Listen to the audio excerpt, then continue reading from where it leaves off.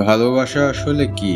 কেউ বলে এটা একটা শব্দ, কেউ বলে এটা একটা মুহূর্ত, কিন্তু আমার কাছে ভালোবাসা হলো একটা নীরব ভাষা, যা শুধু হৃদয়ে অনুভব করা যায়।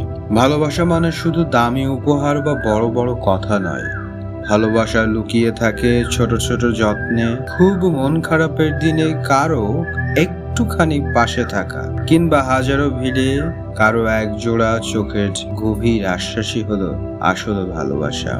আবেগ কখনো কখনো আমাদের কাঁদায়, আবার কখনো হাসায়, তবে সেই মানুষটার প্রতি আবেগ থাকাটা ভাগ্যের ব্যাপার, যাকে ভাবলেই মনের সবটুকু অস্থিরতা শান্ত হয়ে যায়। দূরত্বের নাম কি বিচ্ছেদ? না, দূরত্ব তো ভালোবাসাকে আরো গভীর করে তোলে।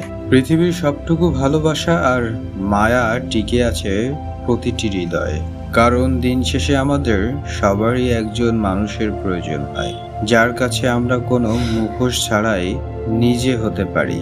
তাই ভালো রাখুন প্রিয় মানুষটিকে, আর ভালোবাসুন প্রাণ খুলে।